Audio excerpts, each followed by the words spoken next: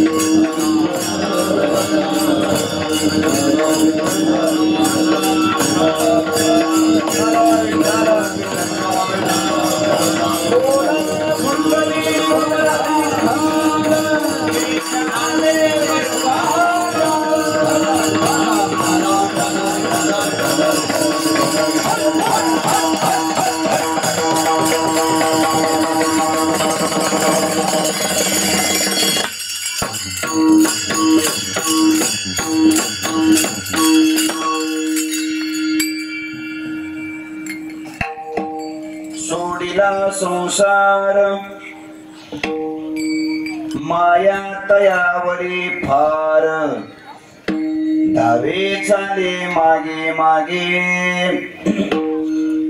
सुख दुःख साहे अंगे याने घ्यावे नाम तिसे करणे त्याचे काम धावे चाले मागे मागे सुख दुःख साहे अंगे तुका म्हणे भोळी तुका म्हणे भोळी विठ्ठल कृपेची कोवळी धावे चाले मागे मागे सुख दुःख साहे अंगे पांडुरंगा करू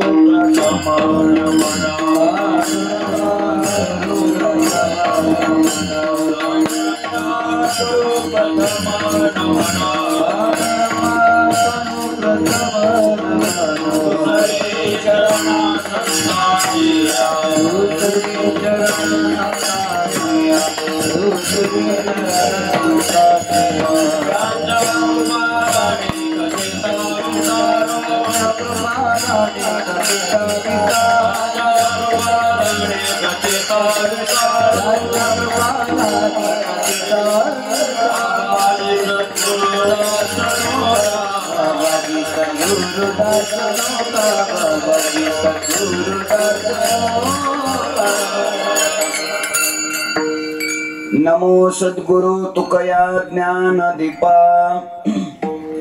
नमो सद्गुरु सच्चिदानंद रूपा नमो सद्गुरु भक्त कल्याण मूर्ती, नमो सद्गुरु भास्करा पूर्ण कीर्ती। सेवे लागी सेवक झालो, तुमच्या लागलो निज चरणा।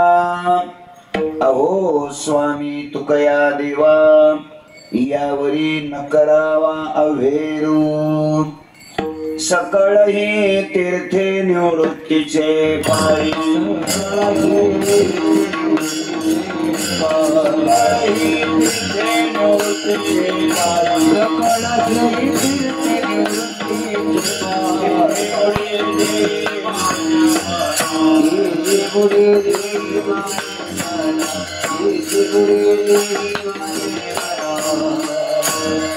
सोडिला संसार माया तयावरी फार, धावे चाले मागे मागे सुख दुःख साहे अंगे।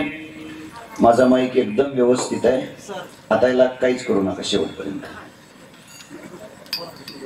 अनंत कृपा विभूषित विश्ववंद्य विश्वसंत संत श्रेष्ठ जगद्गुरु श्री तुकोबाराय आदी करून सर्व संत महंतांच्या आशीर्वादाने उपस्थित संत महंत भाविक सज्जन माता भगिनी संपूर्ण परिसरातून व या अत्यंत पवित्र अशा धर्मप्रधान श्रद्धा संपन्न ऐतिहासिक अशा साकोर तालुका इगतपुरी जिल्हा नाशिक या गावातून उपस्थित असलेले वारकरी संप्रदायातील वारकरी शिक्षण संस्थेतील ज्येष्ठ श्रेष्ठ अध्वर्यू कीर्तनकार प्रवचनकार टाळकरी वृंद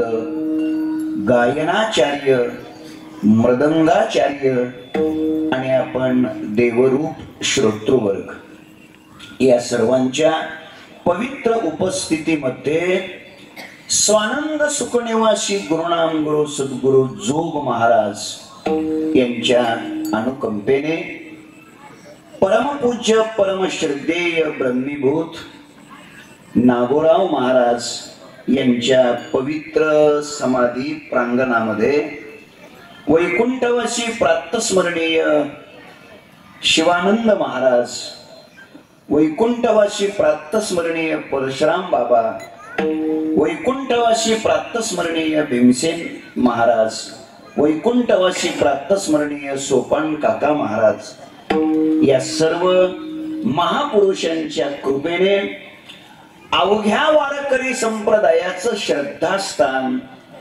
सद्गुरु जोग महाराज भजनी मठ इगतपुरी याचे अध्यक्ष, वारकरी संप्रदायातलं एक ज्ञान भक्ती आणि वैराग्य या तीनही ओतप्रोत भरलेलं वारकरी संप्रदायातलं भीष्माचार्य असलेलं व्यक्तिमत्व प्रातस्मरणीय गुरुदेव माधव महाराज घुले बाबा यांच्या आशीर्वादाने या गावचे सुपुत्र हरिभक्तीपरायण आदरणीय रामदास महाराज सहाने बाबा, हरिभक्तीपरायण आदरणीय पंढरीनाथ महाराज पंढरी महाराज सहाने बाबा यांच्या मार्गदर्शनाने या गावातील सर्व भाविक सर्व नागरिक हनुमान मंदिर या ट्रस्टचे सर्व विश्वस्त अध्यक्ष उपाध्यक्ष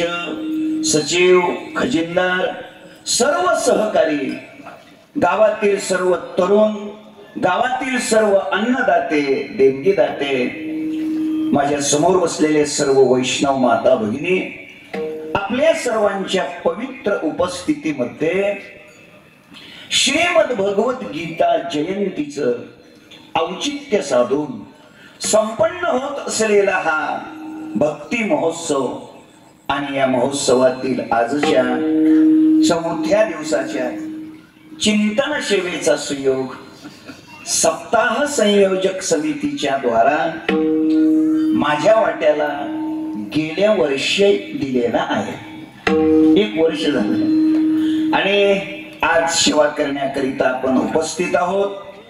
सेवेकरिता घेतलेला अभंग जगद्गुरु तुकोबारायांच्या गाथेतील असून महाराज या अभंगातून भगवान परमात्म्याच्या अंतःकरणामध्ये भक्ताविषयी असलेलं प्रेम प्रगट करतात. विठ्ठल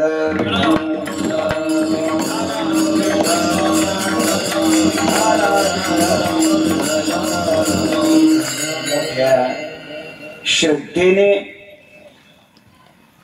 अत्यंत उत्साहाने भावपूर्ण हृदयाने आपण हा महोत्सव इथे संपन्न करत आहात.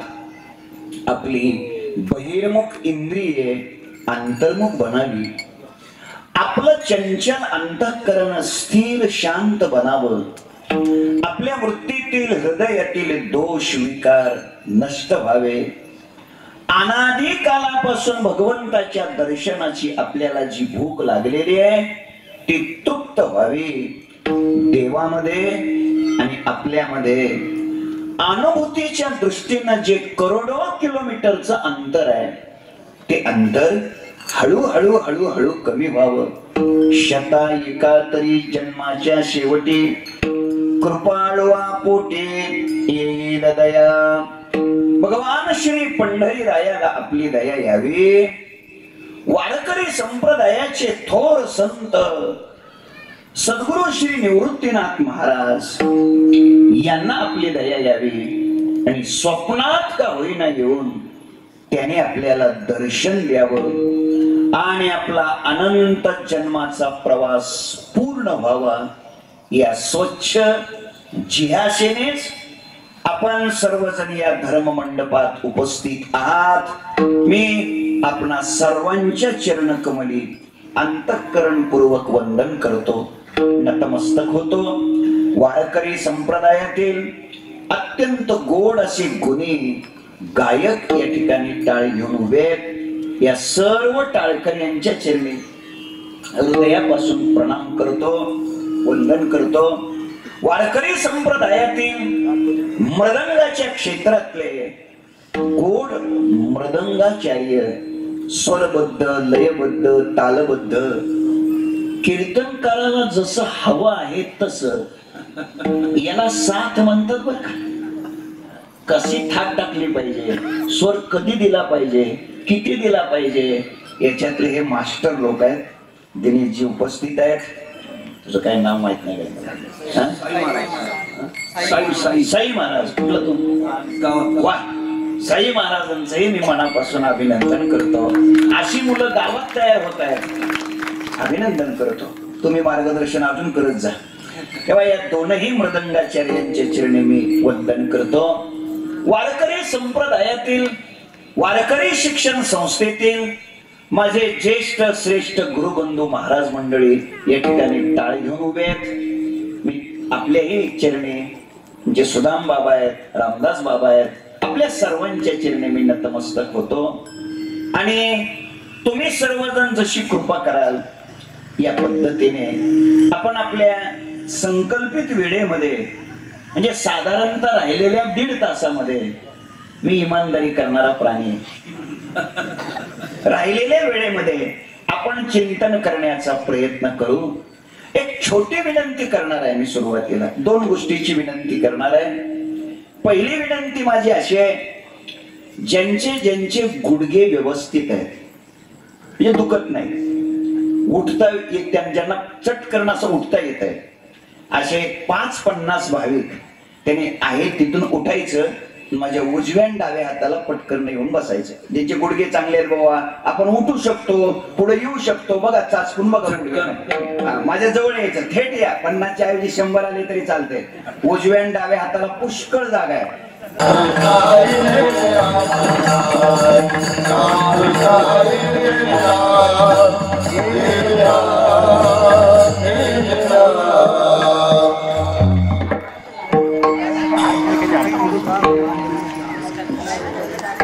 हॅलो.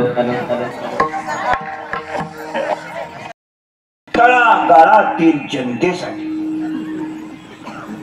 असं म्हणत असतात. पण ते तसं काहीच नसतं. उलट तळातली जनता गाळातच कशी जाईल याचा ते काळजी घेत असतात. मी तुम्हाला पुढे बोलावलं, तुम्ही आलात. आता तुमच्यावर एक जबाबदारी आहे, तुमच्यावर म्हणजे सगळ्यावरच एक जबाबदारी आहे. कीर्तनामध्ये जेव्हा जेव्हा विठ्ठल विठ्ठल म्हणण्याचा योग येतो तेव्हा तेव्हा मुखानं विठ्ठल विठ्ठल म्हणायचं. टाळी वाजवण्याचा योग येतो तेव्हा तेव्हा हाताने टाळी वाजवायची. तुम्ही इमानदारीनं भजन करायचं, मी इमानदारीनं 8:30ला सोडायचं. तुमच्याकडून जर बेईमानी घडली, तुम्ही मोठ्याने टाळी नाही वाजवली, मोठ्याने विठ्ठल विठ्ठल नाही म्हणालात, तर मग 11 वाजण्याची शक्यता आहे. कारण मी मराठवाड्यात नेहमी कीर्तन करणारा बुवा आहे, मला 9 ते 11ची सवय आहे. तेव्हा वेळेला थांबावं ही जर तुमची अपेक्षा असेल तर तुम्ही मोठ्याने भजन करा. विठ्ठल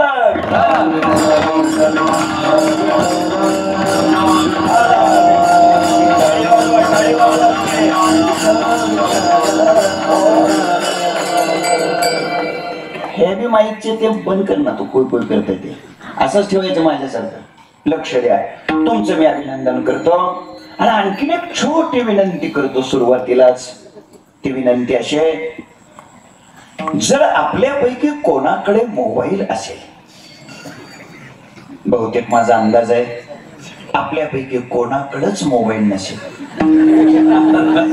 पण जर चुकून कोणाकडे आपल्यापैकी मोबाईल असेल तर त्याचं नरड दाबून ठेवा. माननीय देवेंद्रजी फडणवीस साहेबांना सांगा, सध्या मी कीर्तनात बसलोय, 9च्या नंतर बोलू. आता तोपर्यंत वाजलं नाही पाहिजे कोणाचं.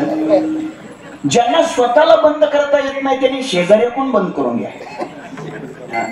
बरोबर घ्या बंद करून, म्हणजे ऐका. आणि पुढे सांगतो, कीर्तन चालू असताना तुम्ही मोबाईल मध्ये बघायचं, व्हॉट्सअप बघायचं, युट्यूब बघायचं, फेसबुक बघायचं, मधीच मोबाईल चिवडीत बसायचं. मी जीवाचं रान केलं.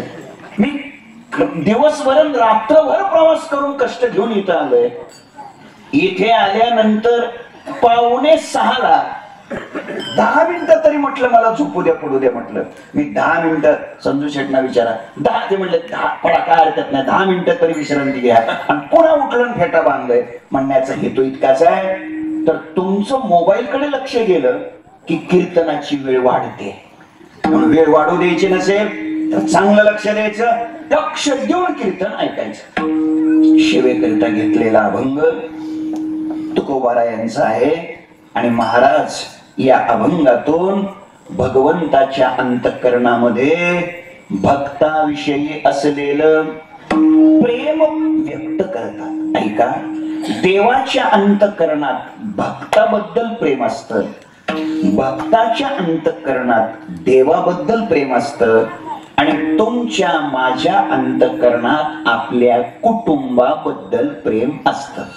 ऐका, देव भक्ताच्याही अंतःकरणात प्रेम आहे आणि तुमच्या माझ्याही अंतःकरणात काय आहे? प्रेम आहे.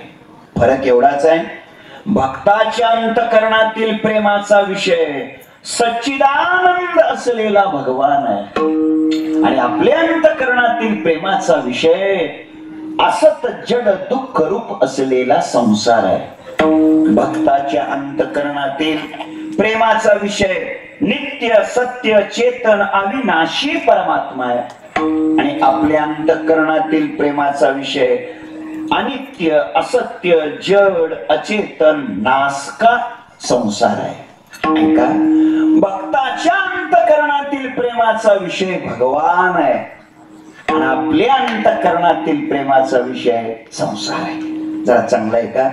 माणसाच्या अंतःकरणामध्ये प्रेम असावं का नसावं? एकदम सोपं वाक्य विचारले तुम्ही, जागे असावं. आणि मी नसावं म्हणल्यानं तुम्ही थोडं सोडून देणार, जरूर असावं.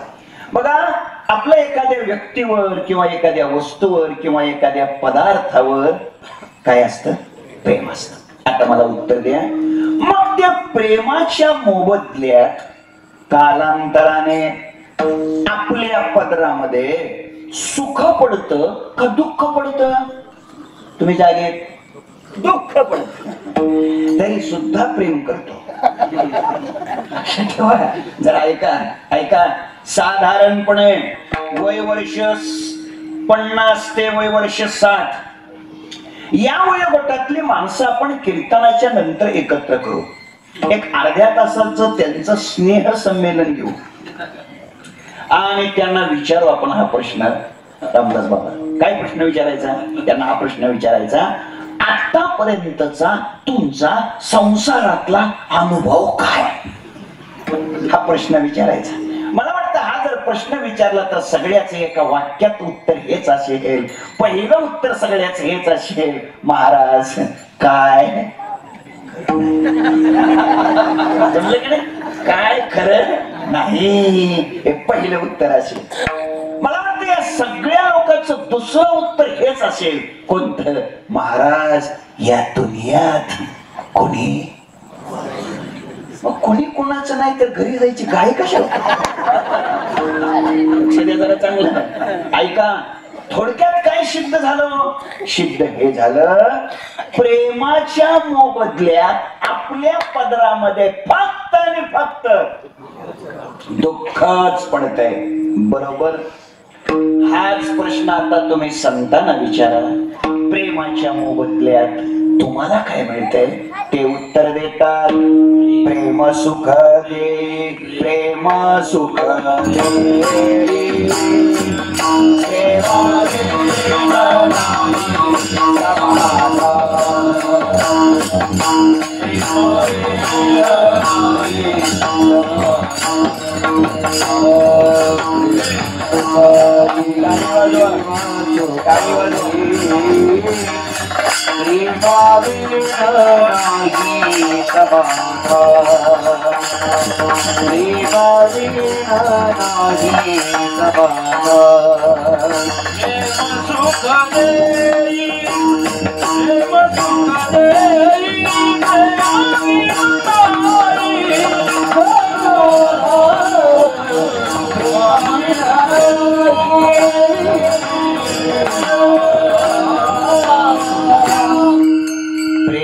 सुख दे. लक्ष नीट द्या. संतांना प्रेमाच्या मोबदल्यात काय मिळतंय? सुख मिळतंय. बरोबर. आणि आपल्याला प्रेमाच्या मोबदल्यात काय मिळतंय? दुःख मिळतंय. मग नक्की प्रेम सुख देत का नक्की प्रेम दुःख देत? तर ऐका त्याचं उत्तर. त्याचं उत्तर असं आहे पंढरी बाबा, त्याचं उत्तर असं आहे, सुख अथवा दुःख हे प्रेमावर अवलंबून नाही, त्या प्रेमाचा विषय काय आहे याच्यावर अवलंबून आहे. त्याचा विषय काय आहे याच्यावर अवलंबून आहे. जरा लक्ष द्या. माणसाच्या अंतःकरणामध्ये प्रेम जरूर असावं, जरूर असावं. फक्त त्या प्रेमाचा विषय नसावा. प्रेमाचा विषय नारायण असावा. एवढा बदल झाला. हा बदल होणं फार गरजेचं आहे. थोडं लक्ष नीट द्या. एक सोपं विचारणार आहे मी. साधूच्या अंतःकरणात, महात्म्याच्या अंतःकरणात काम, क्रोध, लोभ, अहंकार हे विकार असतात का नसतात? बोला की. नसतात? विकार नसतात? हे असतात. हे नसतात. कारण यांना माहित आहे दोन्हीतलं एक उत्तर आहेच. लक्ष द्या. तर जे नसतात म्हटले त्यांनाही मी नाराज करत नाही.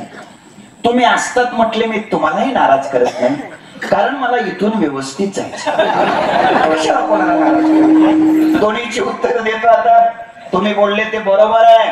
साधूच्या जीवनात काम, क्रोध, लोभ, अहंकार हे विकार असतीलच कसे, आणि असले तर ते मग साधू कसले? अगदी बरोबर आहे. यांचं कसं काय बरोबर आहे? यांचं बी बरोबर आहे. यांचं बी बरोबर आहे.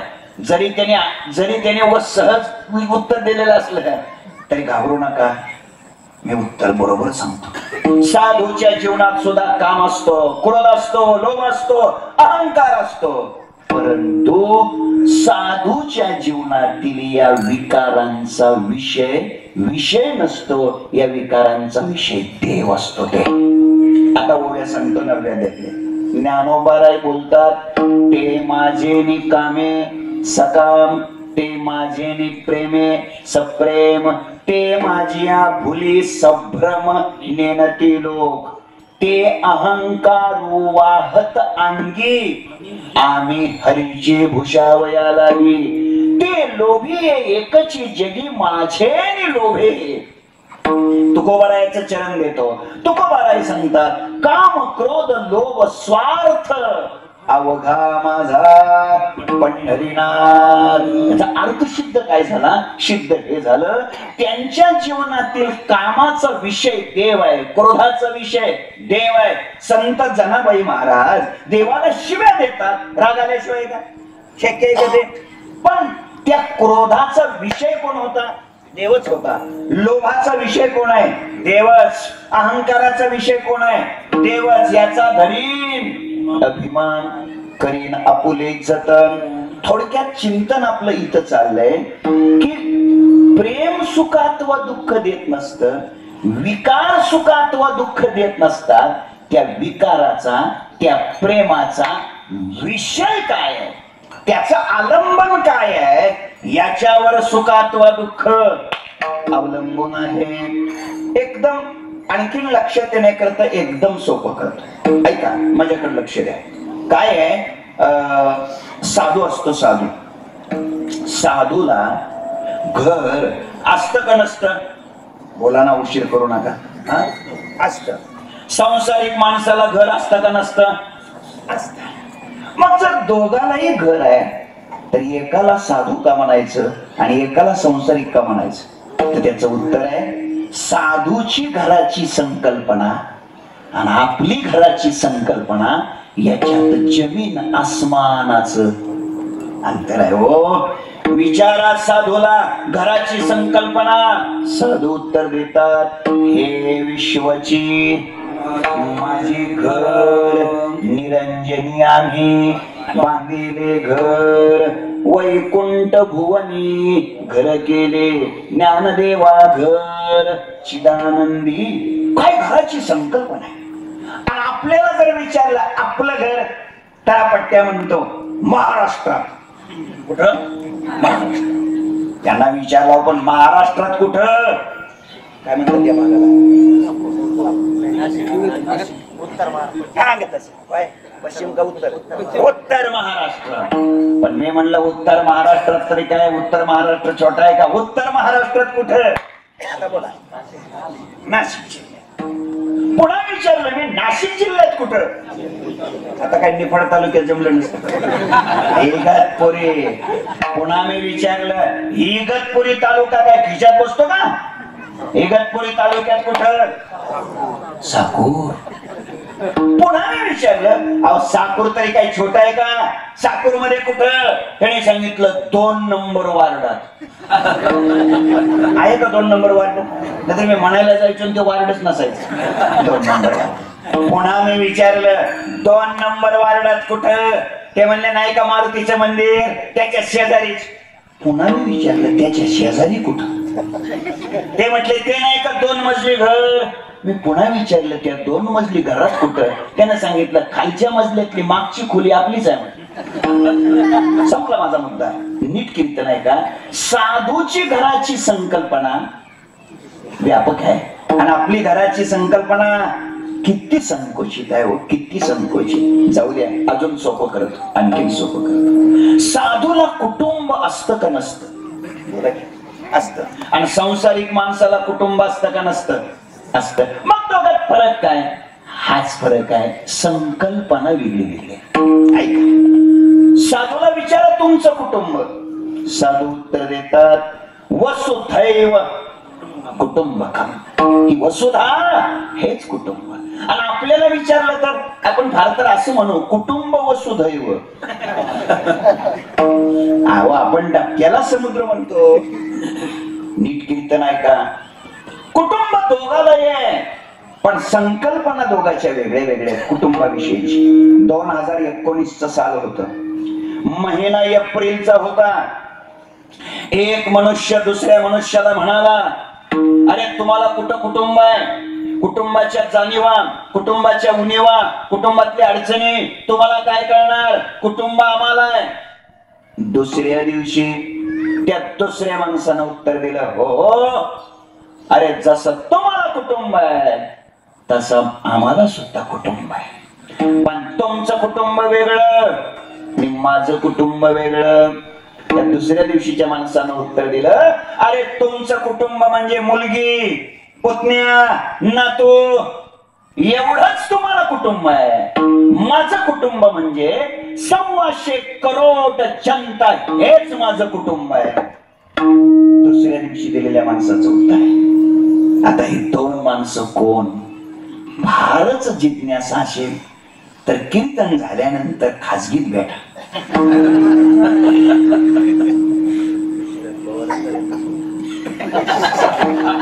आता मागच्या लोकांना काय कळलं कोणाचं, पण नंतर तुम्ही सांगा. माझा मुद्दा इतकाच आहे, त्याच्यात आता कोणाचं कुटुंब कोणतं ते तुम्ही आपल्या घरी जाऊन बघा. इतकं उघडं करीत नाही मी का आपल्याशी हे वाक्य बोलायला लागलोय. कुटुंब दोघालाही आहे, पण संकल्पना किती वेगळे वेगळे आहेत. दादानो, या मंडपात कशासाठी यायचंय? एका वाक्यात बोलतो, या मंडपामध्ये यायचंय कशासाठी? कुटुंब बदलण्यासाठी इथं यायचं नाही, घर बदलण्यासाठी इथं यायचं नाही. ऐका, कुटुंबाची, घराची संकल्पना बदलली पाहिजे. संकल्पना बदलण्यासाठी इथं यायचंय. आमचे वैकुंठवासी प्राप्त स्मरणीय गुरुवर्य घुले बाबा, विठ्ठल महाराज घुले बाबा, ते पाठामध्ये सांगताना असं म्हणायचे पाहिलं का तुम्ही?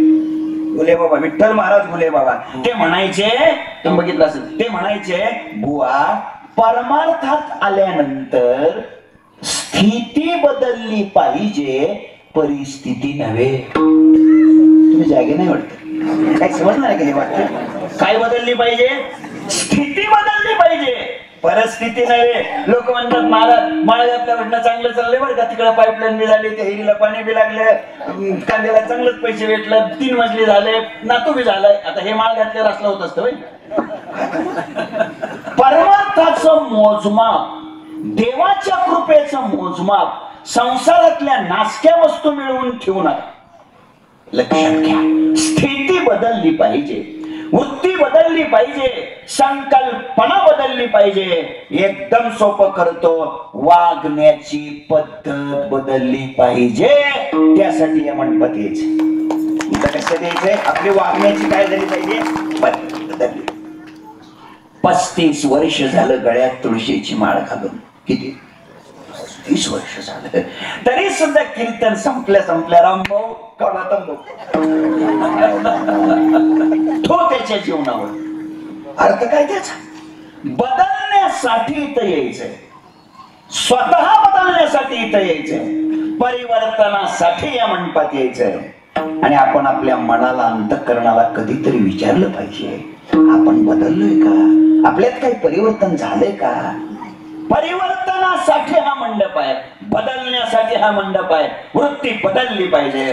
किती बाबा सांगत होते की कागद टाकू नका, हे करू नका. एक सांगतो मी तुम्हाला, वारकरी संप्रदायासारखा राजा संप्रदाय विश्वाच्या पाठीवर दुसरा कोणताच नाही. आता पुढचा आहे का? पण अडचण एवढीच आहे, आपल्यात शिस्तीचा आणि स्वच्छतेचा प्रचंड अभाव आहे. प्रचंड अभाव. शिस्त ठेवा आणि स्वच्छता ठेवा. लक्षात ठेवा, स्वच्छतेने मन प्रसन्न होत. लक्षात ठेवा. माझा मुद्दा इतकाच आहे, पुन्हा पुन्हा पुन्हा पुन्हा पुढे सरकार काय गरज आहे रोज सांगण्याची? वेळ आली नाही पाहिजे. स्वच्छ मंडप ठेवा हे सांगण्याची वेळ आली नाही पाहिजे. आणि म्हणून तुम्हाला आम्ही स्वाभिमानाने सांगतो, स्वाभिमानाने 2017 साली आणि 2020 साली स्वानंद सुखनिवासी गुरुनाम गुरु सद्गुरु जोग महाराज वारकरी शिक्षण संस्थेचा शताब्दी 2017 ला झाला आणि सद्गुरु जोग महाराजांच्या पुण्यतिथीचा शताब्दी 2020 साली झाला. 2020 साली त्या शताब्दीमध्ये सकाळी 40,000 लोक जेवायचे आणि संध्याकाळी 40,000 लोक जेवायचे. तुम्ही जागीत राहते, हे गप्पा नाही मारत. 8,000 लोक एका पंक्तीला बसायचे. एका पंक्तीला 8,000 अशा 5 पंक्ती सकाळी व्हायच्या आणि 5 पंक्ती संध्याकाळी व्हायच्या. 80,000 लोक रोज त्या मंडपात जेवायचे. 68,000 स्क्वेअर फूटचा मंडप जेवण्यासाठी होता. पण एवढे लोक जीवन गेल्यानंतर सुद्धा साधं द्रोण किंवा कुठं पत्रावळी कुठंही त्या मंडपात पडलेले दिसत नसायचे. इतकी स्वच्छता वारकऱ्याने आळंदीमध्ये राबवली, लक्षात ठेवा. आणि म्हणून मायबाप माझी विनंती आहे, किती तडफड करून तळमळीने रामदास बाबा बोलतात मगापासून की स्वच्छता ठेवा. हे सांगायची सुद्धा वेळ आली नाही पाहिजे. जेवण करताना आपण असं जेवलं पाहिजे. कसं जेवलं पाहिजे? जेवण करताना आपण कशात जेवतो? पत्रावळी ना. पत्रावळी घेताना कशी असते? स्वच्छ असते ना. जेवण झाल्यानंतर सुद्धा ती तितकी स्वच्छ असली पाहिजे, जणू वाटावा याच्यात कोणी जेवलंच नाही. असं जेवायला शिका. हे महत्वाचं आहे. हा संदेश घेतला पाहिजे. उष्ट ठेवू नका, खरकट ठेवू नका, अन्न वाया घालवू नका. त्या अन्नावर एखाद्या गोरगरिबाचं पोट भरलं पाहिजे. मायबाप माझी विनंती आहे, ह्या गोष्टी शिकल्या पाहिजे. त्याच्यासाठी इथं आपण यायचंय. मी का आपल्याला हे सगळं बोलत होतो? संकल्पना बदलली पाहिजे. साधूची संकल्पना व्यापक आहे आणि आपली संकल्पना परिचिन आहे. अजून सोपं करतो. तुम्हाला तुमच्या जीवनामध्ये दुःख व्हावं असं वाटतंय का? लवकर बोला. नाही वाटत? आज दुःख होऊ नये का उद्या होऊ नये? अरे वा, कधीच होऊ नये. ज्याच्या गळ्यात माळ आहे त्याला होऊ नये का बिगर माळ करायला होऊ नये? वा, कोणालाच होऊ नये, कधीच होऊ नये. बरोबर. तर मग ऐका, तुम्हाला कधीच दुःख होऊ नये असं वाटत असेल तर मी तुम्हाला आज एक मंत्र सांगतो. तेवढा मंत्र तुम्ही तुमच्या जीवनात पाळा. तुम्हाला स्वप्नातही दुःख होणार नाही. स्वप्नातही. तुम्ही वाळकरी असा अथवा नसा, तुम्ही कीर्तन ऐका नका ऐका, वारी करा, एकादशी करा अथवा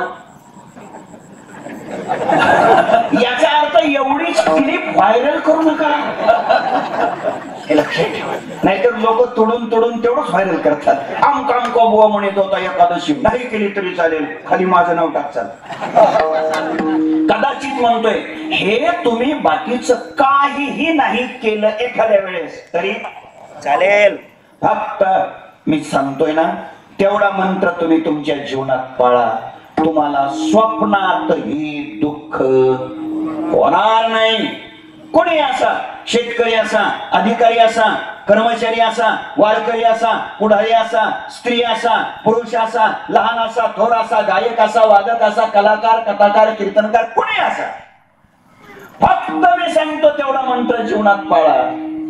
तुम्हाला स्वप्नात सुद्धा दुःख होणार नाही. खरं सांगा, 58 वर्ष झाली, इतकं चांगलं कीर्तन तुम्हाला कोणीतरी सांगितलं का? किती सवलती दिले, किती सवलती दिले. बाकी काहीच नाही केलं तरी फक्त तेवढा मंत्र काय करायचा? पाळायचा. सांगू मंत्र? मग पेन असेल, कागद असेल तर लिहून घ्या. बस तेवढा मंत्र जीवनात पाळला की तुमच्या जीवनात स्वप्नात सुद्धा दुःख येणार नाही. केलं का सुरू लिहायला? सांगू मग? लिहा. या जगामध्ये वागत असताना असं वागा. आता मंत्राची महत्वाची अक्षर सुरू झाली बरं का. ते दुहेरी अवतरण चिन्हातले दुहेरी अवतरण चिन्ह असं दुहेरी अवतरण चिन्ह त्याच्यातलं. आता सांगू, सुरू झाला मंत्र. या जगामध्ये वागत असताना असं वागा. आता मंत्र सुरू झाला. या जगात आपलं कोणीच नाही असं समजून वागा. मंत्र संपला. जमल का? जमल का? जमल? या जगात आपलं कोणीच नाही असं समजून वागायचं. जमल का? नाही जमायचं. आणि तुम्हाला जमल असं सांगायला मला तरी काही वेळ लागला. लोक फार आशेला लागले होते. लोक म्हणले असतील चटाया अंतरा रे, पंगत गोडा रे, काकड्याला या रे, गोरगणी द्या रे. काय वाईटा काय हे सगळं कशासाठी करतोय आपण? सुखासाठी. आणि मी हे मंत्र सांगितल्यावर दुःख होणारच नाही, सुखच होणार आहे. लोकांना बरं वाटलं होतं, ताणच नको. पण मंत्र अवघडच आहे. या जगात आपलं कोणीच नाही असं समजून वागायचं. मंत्र अवघडच. ठीक आहे, तुम्ही माझ्या खूपच प्रेमाची माणसं. माझ्या आव्हानाला प्रतिसाद देऊन मागच्या वर्षीच्या कीर्तनात जवळपास 300 पोती सिमेंट आपण अन्नपूर्णा भवनच्या बांधकामाला तिथे आणून पोहोच केलंय.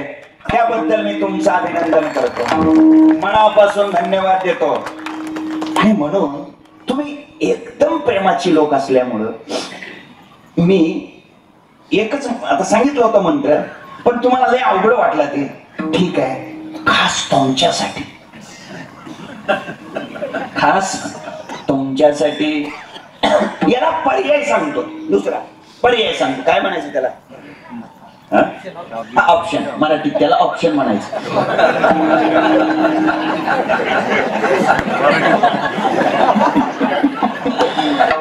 आता दिनेशजी माझं काय चुकलं होतं, मी पर्याय व्यवस्थित म्हणतो.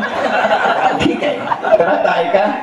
आता दुसरा मंत्र सांगायला लागलोय. दुसरा मंत्र लिहून घ्या. या जगामध्ये वागत असताना असं वागा. आता मंत्र सुरू झाला. असं वागा, हे सगळं जग आपलंच आहे.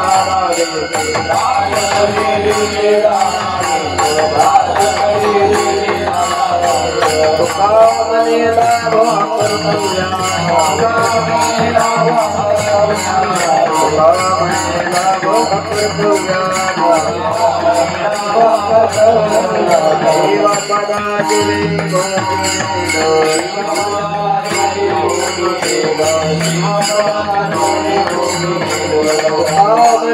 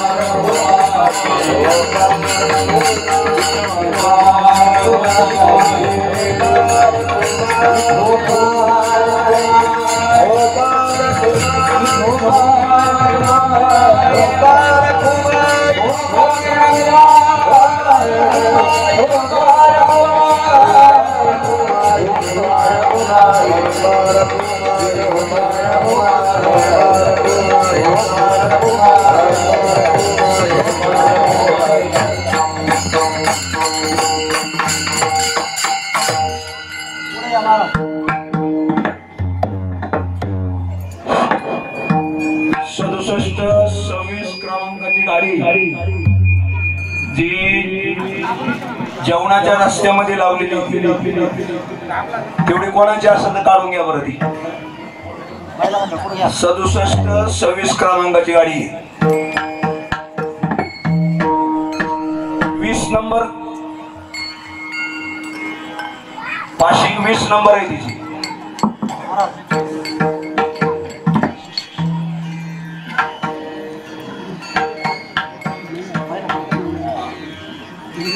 आताच सरकून बसत चला बरं नंतर काय होतं जागा नाही राहत महिला सरका तुम्ही सरका सरका एकदम जागा मोकळी सोडू नका पाठीमागे लोकांना बसायला जागा नाही राहत रोज सांगावं लागतं सरका पुढं सरका आणि जोरदारांना कालच सांगितलं होतं त्या ह्या मधल्या खांबावरून त्या खांबापर्यंत महिला बसल्या तरी चालतील इकडे पुरुष अजून त्या पडद्यापर्यंत बसा ना तिकडून त्या बाजूला सरका हळू सगळे सरका ज्यांच्या डायरेक्ट नावावर जागा असेल ते नका सरकू पण बाकीचे सरका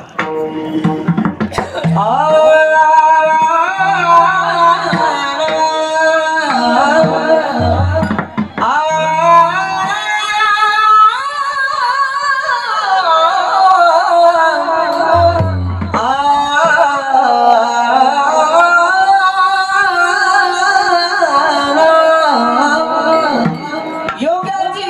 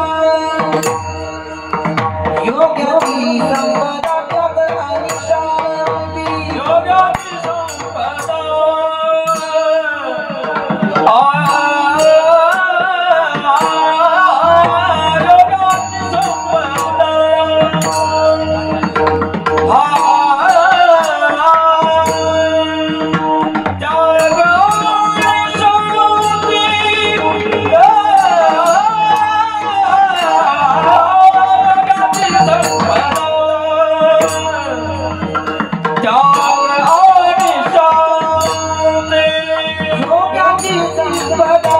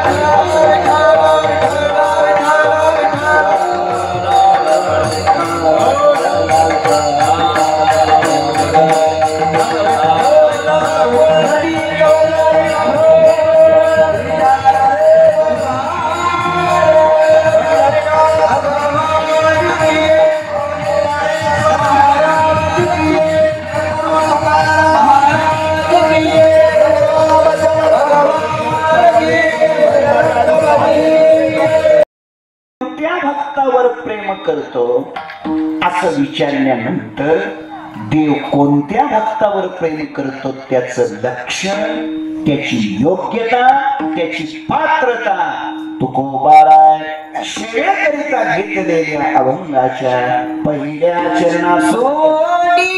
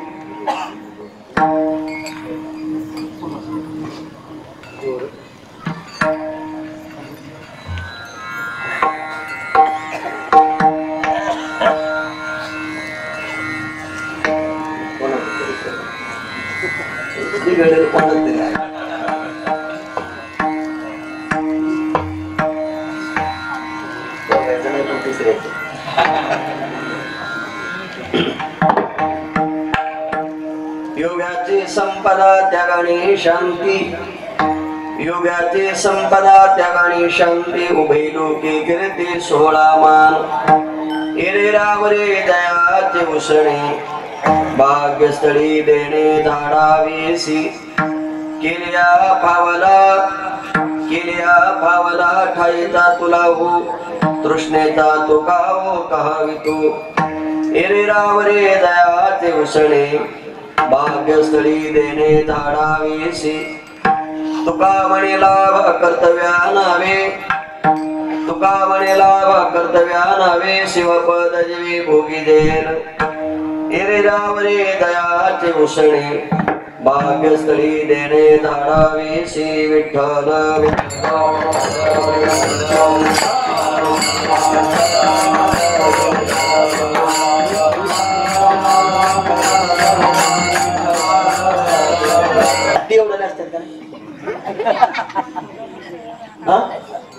नाही, हत्तीपेक्षा लहान आहे, पण लहान असली तरी हत्तीच्या कानात गेली हत्ती म्हणजे मुंगी सुद्धा हत्तीला मारू शकते, हे बऱ्याच हत्तींना माहित नाही.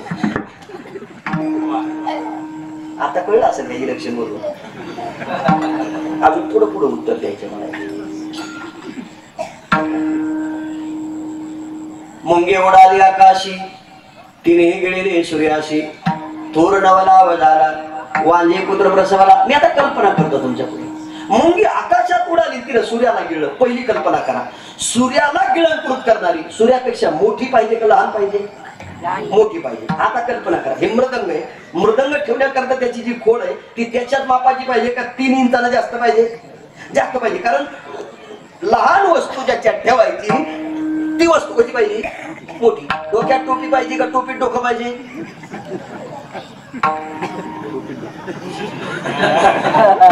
आता मला कळलं साखर हुशार आहे. डोक्यात काय पाहिजे? टोपी. असू द्या, मी कल्पना करतोय फक्त तुम्हाला पटण्याकरता. आता या मृदंगाला ठेवण्याकरता खोड तुम्ही अशी मोठ्या आकाराची केली म्हणजे तुम्हाला जसं पाहिजे तसं ठेवता येतं. साधं गणित आहे. डॉक्टरनं छातीचं माप आपल्या त्या डॉक्टर चालू होते खातीनं तुमच्या छातीचं माप 32 घेतलं, शर्ट शिवताना 30चं शिवलं. आता काय होईल? साधं गणित आहे. तुमची छाती 32 असेल तर तो 33चं शिवेल, 34चं शिवेल. का? कारण तुम्हाला जेव्हा वरून असं घालायचं तेव्हा ते त्याच्यापेक्षा काय पाहिजे? मोठं पाहिजे. आता ज्याच्यापेक्षा जे मोठं पाहिजे इथं त्याच्यापेक्षा ते लहान आहे, त्याच्यापेक्षा ते लहान आहे. मग याचा अर्थच लागत नाही. पुढचं म्हणतो, मुंगी व्याली, शिंगी झाली, तिचे दूध किती 17 रांजण भरून गेली, प्याले 12 हत्ती. आता तर बुद्धीच बंद पडती. मुंगी व्याली आणि तिला काय झालं? शिंगी. सामान्य पहिल्या दिवशी कीर्तनाला जर कोणी आला असेल, पहिल्यांदाच आला असेल तर तो डायरेक्ट म्हणून नाराज गोळ्या संपतात. कारण मुंगी व्याली आणि तिला काय झालं? शिंगी. आणि तिचं दूध किती? 17 रांजण भरून गेले, प्याले 12 हत्ती. पहिलं हे डोक्यात आला, मुंगी दूध देती का? मी कशा करतात? हे अभंग म्हणता येतात, अभंग पाठ होतात, अभंग आठवतात, पण अभंगाचा अर्थ कळेलच असं मात्र नाही. तसं काही साधना सोप्या असतील वाचण्याकरता, काही साधना पाठ करण्याकरता सोप्या असतील, पण अनुभवातून साध्य प्राप्त करणं हे त्यापेक्षा कठीण असेल. काही मंत्र साधे बघा. राम कृष्ण हरे जय जय राम कृष्ण हरे राम कृष्ण हरे योगयोग विद्ये येणे नोहे सिद्धी. पण इथे त्या योगाची संपदा सांगितली. योगाची संपदा त्याग आणि शांती. कोणाला योगी म्हटले? ज्याच्याकडे त्याग आहे, शांती, सरळ अर्थ आहे, त्याला योगी म्हटलं. पण मी दोन्हीचा विचार करताना इथे मध्ये एक शब्द वापरला, आणि. त्याग आणि म्हणजे इथे योगी जीवनातील संपदा शब्दाचा अर्थ संपादन केले.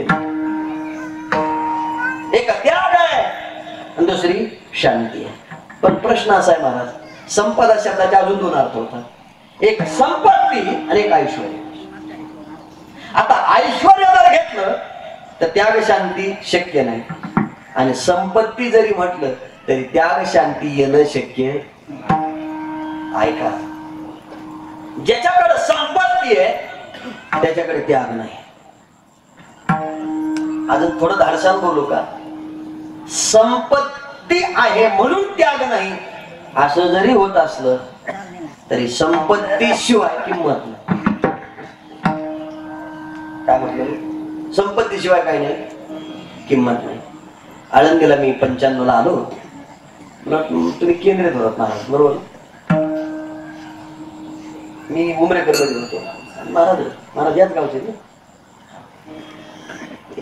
आळंदीला असताना जेव्हा मी आळंदीत आलो तेव्हा माझ्याकडे धोतर शर्ट सोडून बाकी काहीच नव्हतं. पहिल्यांदा वारीला निघालो तेव्हा एकच, एवढंच. आता इतकं गोळा झालंय. पण ऐका, तेव्हाचा त्याग आता राहिला नाही. आता सकाळी एक ड्रेस हवा वाटतो, कीर्तनाला वेगळा असावा. तेव्हा एकच होता. दुपारी पालखी थांबली की धुवायचा वाळला की. मी असं विचारतो, पण संपत्तीला तर किंमत आपल्याला वेळ नाही. धनवंता लागी सर्व मान. ते सोडा. गीतेच्या 16व्या अध्यायामध्ये भगवंतानं दैवी संपत्तीने असुरी संपत्तीचे वर्णन केले. अवयव सत्व संशुद्धी ज्ञान योगो व्यवस्थितो दानंद वश्यज्ञस्य स्वाध्याय स्तभार्जुन दया भूती सुनोतो मार्ग धीरच्या प्रम. इथे भगवंतानं दैवी संपत्तीचे 26 गुण सांगितले, आसुरी संपत्तीचे 6 गुण सांगितले. 6 गुण 26 गुणाला सुधूर देते. काय ताकद आहे महाराज. याचं गणित कसं आहे माहितीये का? 6 गुण 26 गुणाला सुधरू देत नाही. म्हणजे आसुरी संपत्तीचे गुण कमी आहे आणि दैवी संपत्तीचे गुण जास्त आहे. पण दैवी संपत्तीला हे 6 गुण सुधरू देत. विरोधी पक्ष तुला नाही सुधरू देत. म्हणून मला कसं काय पटून देत. 100 लोक एकत्र बसले आणि निर्णय झाला सप्ताह करायचा. किती लोक? त्यातला एक जण उभा राहिला. कोण करतो सप्ताह? बघतो तिथे. तेवढं म्हणलं की निघून गेलं. हे 99 राहिलेले सकाळी मारुतीच्या दर्शनाला आल्यावर म्हणजे आपण काही येणार नाही सप्ताह. त्यातले 50 कटले. खाली किती राहिले? 49 राहिले. तू एकटा सोडून द्या. किती राहिले? 49. आता हे 49 एकत्र राहिले. ते म्हणजे त्याच्या कुठं नादी लागता. सुरू झाल्यावर मंडप फाडाय वाटला तू. कोण? मग हे 49 म्हणले त्यापेक्षा न केलेला म्हणजे एकट्याचा विजय झाला का? माझं उत्तर नीट ऐका. 26 गुण आहेत आणि हे किती आहे? 6 आहे. पण 6 26 ला सुधरू देत नाही. पण संपत्तीशिवाय किंमत नाही. पैशाशिवाय काय वर्णन केलं? आधनस्य स्वभार्या आपली अवमन्यते शास्त्रामध्ये वर्णन आहे. स्वभार्या म्हणजे बायको आदर करते आणि अनादर करते. कधी?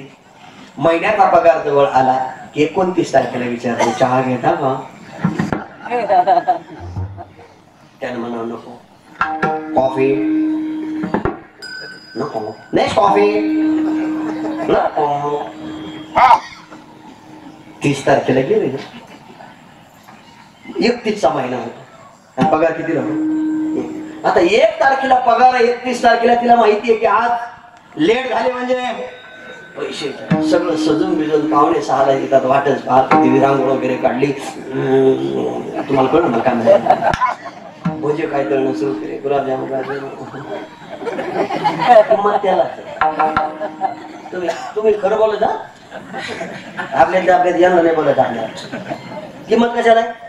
आता ऐका ना, इतका सगळा स्वयंपाक केला, हे मोटरसायकलून खाली उतरलं, दारात गाडी आल्यावर तिने पाहिलं, पळत झाली म्हणजे काय का आज उशीर झाला. मला तुला कळत नाही का ग, महिन्याचा पगाराचा दिवस होता, 2 माणसं गैरहजर होते, 2 जणांचं काम एकट्यावर आलं म्हणजे माझं एकट्याचं, त्या 2 जणांचं 3 जणांचं काम करायचं. दुपारी जेवायला सुद्धा मी हात समजल्यावर ती म्हणजे पटकन हात पाय धुवत जेवायला नसं तुमच्याकरता गरम गरम स्वयंपाकाला पूर्ण त्या पुढे बसून तिकडे आपण कोणाकडे भाव कोणाला सांगा, आयुष्यभर काम करता, सकाळी उठून जाता, गार पाणी आंघोळ करता, मला कधी त्रास देत नाही. दुपारच्या घरात वडापाव इवेत कुठलाच खाता, आपण कामाला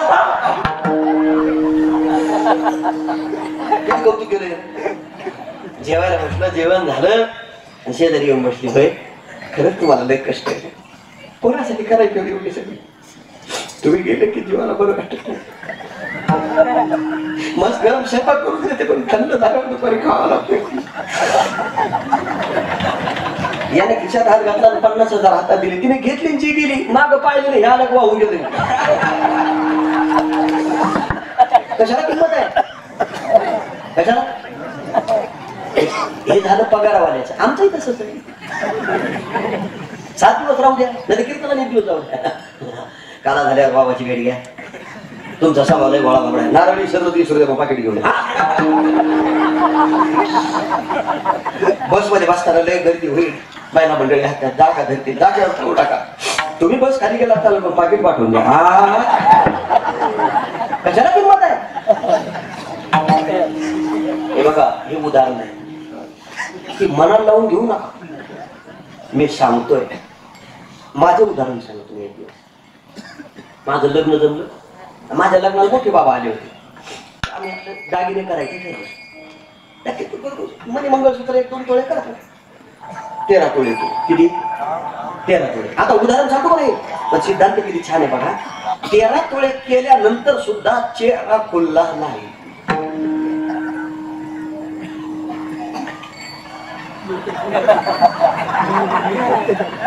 मी म्हणलं काय झालं, काही नाही, 15 केले असते तर. मी म्हणलं तू 15 तोळे करतो, पण माझा एक प्रश्न आहे, तेवढं उत्तर देशील का? म्हणजे काय, माझा साधा प्रश्न आहे, तुला दागिने आवडतात का? मी दोन्ही आवडते. ऐका, किंमत कशाला? हे बघा, 50 तोळे केले काय आणि 2 ग्रॅमचं मनी मंगळसूत्र केलं काय, बरोबरी कोणाची होऊ शकते का? 50 तोळे एका बाजूला ठेवा, माऊलीच्या गळ्यात 100 तोळे घाला, पण मनी मंगळसूत्र नसू द्या, अख्ख्या गावात अशी किंमत नाही. किंमत कशाला? मनी मंगळसूत्र घरात गळ्यात असू द्या आणि अर्धा ग्रॅम सुद्धा दुसरीकडे सोनं नसू द्या, तरी लोक म्हणणार की भाऊराव पाटलाची सोनं आहे, बघा कसं टवटवीत मनी मंगळसूत्र गळ्यात. पण किंमत ज्याला आहे त्यालाच किंमत नाही.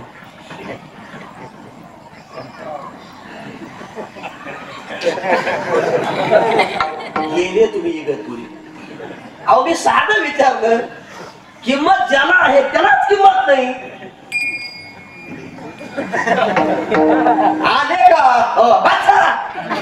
त्यालाच किंमत नाही ना, आहे का त्याला किंमत? किती आधाराला बोलली? म्हणजे एक गोष्ट निश्चित आहे शास्त्रकारांची, धन असेल तर मान मिळेल आणि धन असेल तर लवतो करील, आणि धन नसेल तर अनादर घडल्याशिवाय.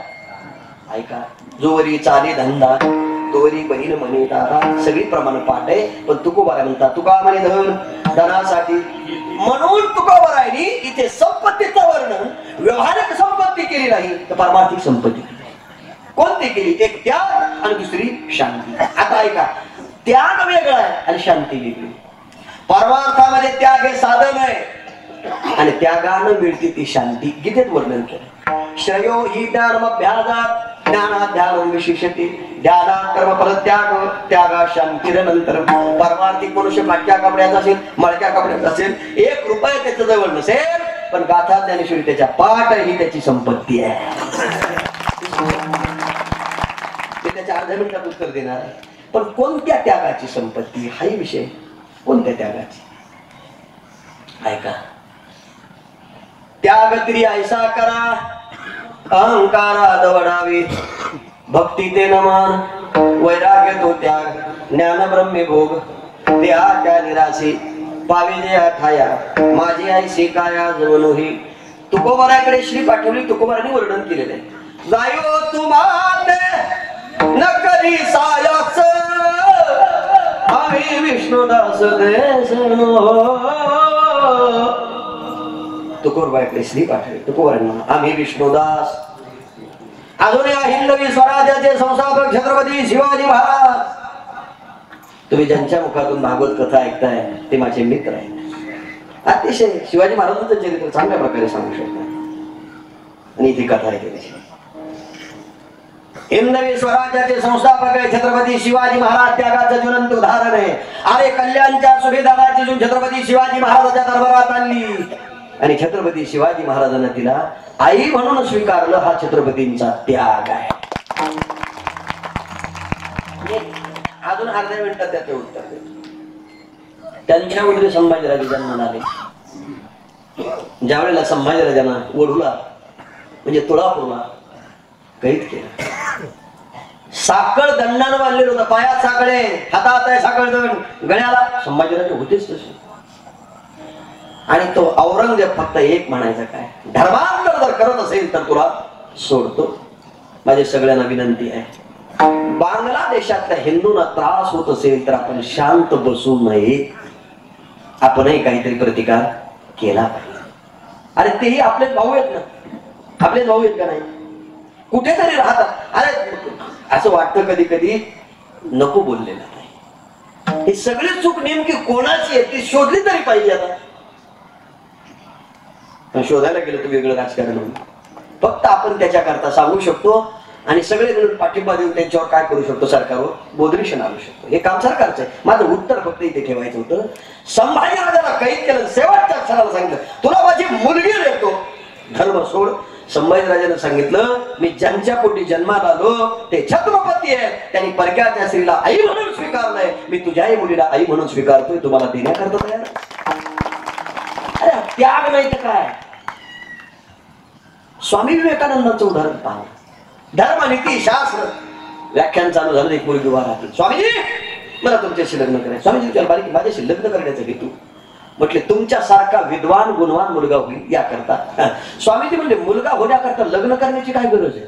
म्हटले मग काय करू? काही नाही ना, फक्त एक काम कर, तुला जर मुलाची अपेक्षा असेल तर मी तुला आई म्हणून हाक मारतो, तू मुलगा म्हणून मला मांडीवर घे.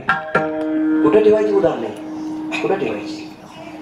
तुमच्याकडे त्याग नाही का? आहे, पण आपला त्याग कधी आहे? रोग झाल्याने.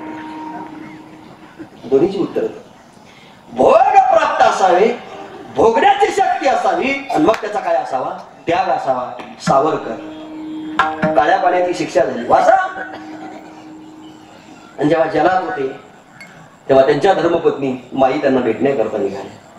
सावरकर आपल्या धर्मपत्नीला माई म्हणत होते, एवढा मोठा अधिकार तुम्हाला प्राप्त करता येतो. माईने वकिला मार्फत निरोप पाठवला, मला पतीला भेटायचंय. आता शेवटी नात्यातलं पाहिल्यावर थोडस प्रेम जाग होतच असते. माई भेटण्याकरता सावरकरांकडे आल्या आणि सावरकर जलात होते. अशा उंच उंच अशा मोठमोठाल्या गज होते, हातात बेड्या, पायात बेड्या. माईला पाहिल्याबरोबर सावरकरांनी खाली पाहिले आणि मग माईच्या लक्षात आलं मला पाहिलेलं त्यांना सहन होणार नाही. नाही नाही नाही नाही, त्यांच्या मनात हे आलं, एका शूराची पत्नी, एका वीराची पत्नी आहे, ती भेटण्याकरता येते म्हणजे काय, त्याच्याबद्दल काही शंका आहे? पण येऊ द्या. सावरकरांनी पाहिल्यावर ते थोडेसे पुढे सरकले आणि अशा दोन्ही हातातले 2 गज असे पकडले, पण मध्ये 2 गज होते आणि माई समोर आल्या, डोळ्यातून पाणी आलं. सावरकर म्हणतात, माई रडण्याचं काय कारण? म्हटले का हो, तुमच्या हातात बेड्या, पायात बेड्या आहेत, तुम्ही जलात आहात, माझा संसार कोण करेल? तेव्हा सावरकर उत्तर देतात, माई तुला आपल्या संसाराची चिंता वाटते, माझ्या हातात आणि पायात बेड्या कोणी बांधलेल्या नाही, तो अजून जन्माला यायचा आहे, मी बांधून घेतलंय स्वतःला. पण माई म्हणतात का हो, तुम्ही जलात राहावं, मी मोठ्या बंगल्यात राहावं, लांबव्याच्या गाडीत फिरावं म्हणून बापानं तुमच्या पदरी बांधलंय, तुम्ही जलात राहा. आपला संसार कोण करेल असा जेव्हा आक्रोश केला तेव्हा सावरकर म्हणतात, माई तुला आपल्या संसाराची चिंता आहे का? अगं पशु पक्षी काड्या कुड्या गोळा करतात आणि आपापली घरटी झाडावर सजवतात, त्यांचा संसार कोणी मोडत नाही. आपला तर देवाने निर्माण केलेला संसार आहे, तो मोडायची अजून कोणाची माय व्याली नाही. काय ताकद आहे महाराज. माई म्हणतात माझी ती शंका नाही, माझा संसार कोण करेल? सावरकर म्हणतात माझ्या प्रश्नाचं उत्तर दे, मी तुझा संसार करतो. सांगा ना म्हटलं. मला एक सांग, मी जलात राहिल्याचा परिणाम लाखो गोरगरिबांचे संसार जे उघड्यावर पडले होते ते 4 भिंतीच्या सुखानं चालू आहे. मी जर जलाच्या बाहेर आलो तर लाखो लोकांचे संसार उघड्यावर पडतील. माई सांग, मी जलात राहू का बाहेर? माई म्हणतात तुमच्या जलात राहिलेलं जर लाखो लोकांचे संसार 4 भिंतीच्या आत जर सुखान होत असेल तर मी माझ्या संसाराचा नैवेद्य दाखवते. तुम्ही आयुष्यभर जरी जलात राहिला तरी चालेल. याला माईच्या जीवनातला त्याग म्हणतात. कोणती त्यागाची उदाहरणं सांगतो? आमच्याकडे आहे का? आमच्याकडे नाही. आमच्याकडे त्याग आहे रोग झाल्यानंतर, आणि रोग झाल्यावर जो त्याग आहे तो सोडतच नाही. कारण जो वरी संग प्रकृतीचा तव त्या गुणगणे कर्माचा,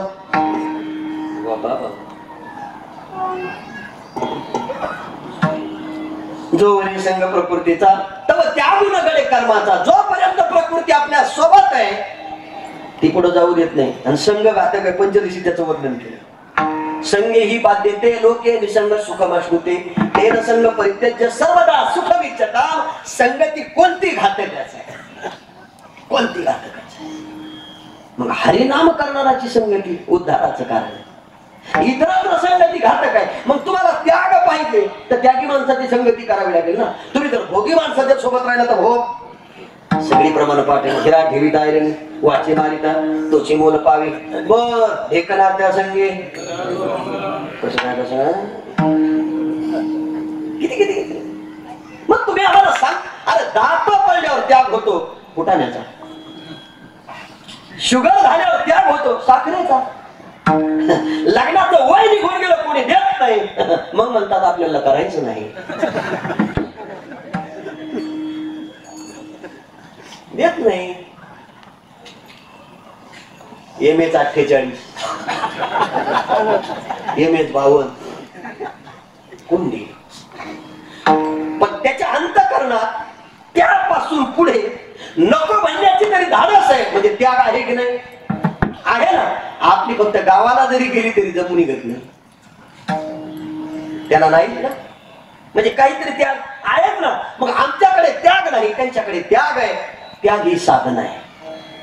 त्याग ही काय साधना आहे. आणि साधना जर फलिद्रूप झाली, साधना हरिपाठ साधना काकडा साधना आहे, ती जर फलिद्रूप झाली तर त्यानं काय मिळते म्हटली? शांती. याकरता आणि शब्द आहे. आणि म्हणजे असं लांब नाही. नाशिक आणि त्र्यंबकेश्वर काय म्हणलं? नाशिक आणि त्र्यंबकेश्वर दोन्ही एकच आहे. जागा शिल्लक नाही बघा. तसं इथे त्याग आणि शांती. आणि म्हटलं म्हणजे लांब नाही. अरे त्यागानच शांती आहे. म्हणजे त्यागाशिवाय शांती नाही. पण कोणती पाहिजे ती पण ध्यानात ठेवा. ज्ञाता ज्ञान आणि ध्येय ही त्रिपुटे जिथे मावळते ती शांतीची अवस्था. गिळून येते आती ज्ञाता ज्ञान ही मागवते. हरपे निरोध येते शांती बघा. शांती वसती तेथे कोणते काळ गती. शांती परते नाही सुख एर अवघेचे दुःख. म्हणून शांती धारा उतराल पहिलं तिरा. यवन अंगावरी तुंकला प्रसाद देवनी मुक्त केला. अशी त्याग आणि शांती ज्यांच्याकडे असते त्याला योगी म्हणतात. आणि त्यांचा उभय लोक कीर्ती 16 मान. पण उभय लोकात कोणाची कीर्ती कोणाचा 16? त्या योग्याचा 16 होतो. नामदाराने वर्णन केलंय. योगी पावन मनाचा साही अपराध जनाचा पहिल्यांदाच वर्णन केलंय. मग कोणाचा 16 होतो म्हटले? अर्जुनाचा स्वर्ग लोकात, नचिकेताची यमलोकात, आमच्या संतांचा उभारला होईल तिन्ही लोकावरी आयुष्य चराचरे कीर्ती ज्यांची. मग असे जे योगी योगाची संपदा त्याग आणि शांती. मग उभय लोके कीर्ती 16 मान. आता पुन्हा इथे प्रश्न आहे. काहींचा 16 आहे पण कीर्ती नाही, काहींचा कीर्ती आहे पण मान नाही. आणि काहींना मान आहे पण कीर्ती नाही.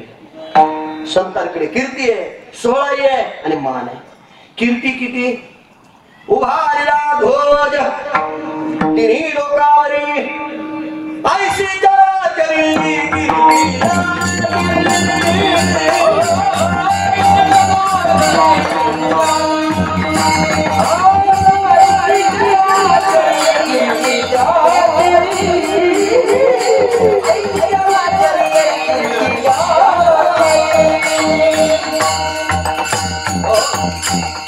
उभारला ध्वज तिन्ही लोकावरी ऐशी चराचरी कीर्ती ज्यांची. आता याच्यात दोन कारण आहेत. आमची कीर्ती डाव्यापर्यंत. जर समजायचं पिंड नेला नाही तर आपली आपली कीर्ती का कीर्ती पिंडच नेला नाही. लोक मला राग यायला आता. पण काय उपयोग? कावल्यानं पिंड नेला म्हणजे कीर्ती अपकीर्ती, आणि कावल्यानं पिंड नेला म्हणजे कीर्ती आहे का? अरे तुम्ही कर्म बिर्म मानता का नाही? तुम्ही कर्मानुभवाचे जीव आहे का हे बोलताय? ऐका, पिंड घेणाराही स्वर्गालाच आहे, पिंड न घेणाराही तो कुठे गेला हे पाहायला तुम्ही जाऊन या, मग लोकांना सांगा. अर्ध्या सेकंदात उत्तर दिलं. 13 कोटी नामजप केला होता आमच्या देवाला. राम राम राम. आणि मरताना ते माळ सुद्धा जपताना माळ तशीच राहिली, त्यांना अटॅक आला. बघा बरं किती विशेष आहे. ते राम मानताना म्हणत राहिले, ते बोट असं केलं तेव्हा ती माळ खाली पडली. त्याचा दावा होता पिंड शिव कावळा नाही शिवला. मग ही बसलेली माणसं म्हणली एवढा जर करून उपयोग काळाचे आणले पाहिजे. तुम्ही प्रमाण खोटे ठरवता काय? मुखी नाम हाती मोक्ष नाहीची साक्ष बहुतांची. हे तुम्ही आम्हाला काय सांगते सगळं? देवाला तू बरं सांगितलं तुझा मोक्ष तुझं द्वारी, आम्हाची काय ठेवा? आम्हाला काय घेऊन दिलं तुला मोक्ष? गेल्यावर कोण पाहत आहे? आता तुम्हाला काली लावून दिले 50,000 लोक आले, कोण पाहायला तिथं? बघा बरं किती विषय नाही शिवला कावळा. लोकांची चर्चा आहे. दुसऱ्या 2-3 दिवसात गावाचा दुसरा माणूस गेला, त्यानं 2 बायका केल्या. ऐका, एका बायकोचं पोरग मारून टाकलं होतं आणि ते मेलं. कोण ज्या केलं होते ते, आणि त्याचाही दावा होता. पटापट कावळे आले, पिंड घेऊन गेले. लोक बोलल्या मोक्ष मिळाला. असं वाटतं कधी कधी पाप करणारा मोक्ष चालतो तुम्हाला. अरे पवित्र तो देह वाणी पुण्यवंत जो मध्ये अच्युत सर्व काळ, हे म्हणायचं का नुसतं? शुद्ध बीजापोटी फळे रसा. साधं उत्तर सांगू का? ते कोणाला जरी नाही कळलं तरी मान नसणारा त्या गळ्यात जर मुखात तुळशीचं पान घातलं तर त्याला सुद्धा मोक्ष आहे, असं आमच्या शास्त्राचं म्हणणं आहे. बाकी काय तुकोबाराचं म्हणणं मुखी नाम हाती मोक्ष ऐसे साक्ष. मी कशा करता बोललो हे लक्षात आणा. कीर्ती तुका म्हणे गाजे वैकुंठे सोहळा याही भूमंडळा माझी कीर्ती. पण महाराज सगळ्यांची कीर्ती नाही. वाट वैकुंठी पाहती भक्त काही पाय येते जन्म मरण कंती नाही चित्ते परलोका. मग कोणाची भगवान वाट पाहतो? कोणाची पाहतो? योग्याची संपदा त्यागानी शांती. मग उभय लोकी कीर्ती सोहळा मान विठोबा.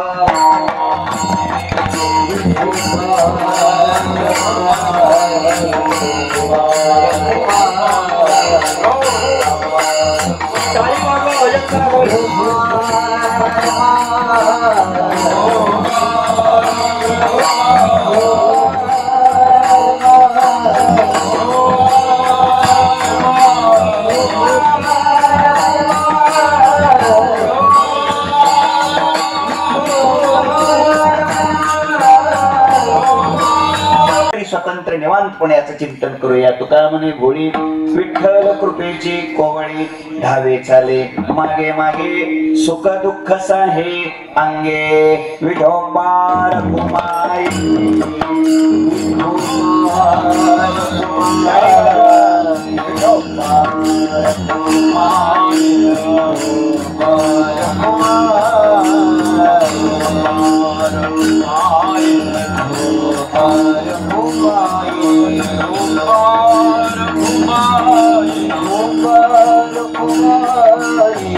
Oh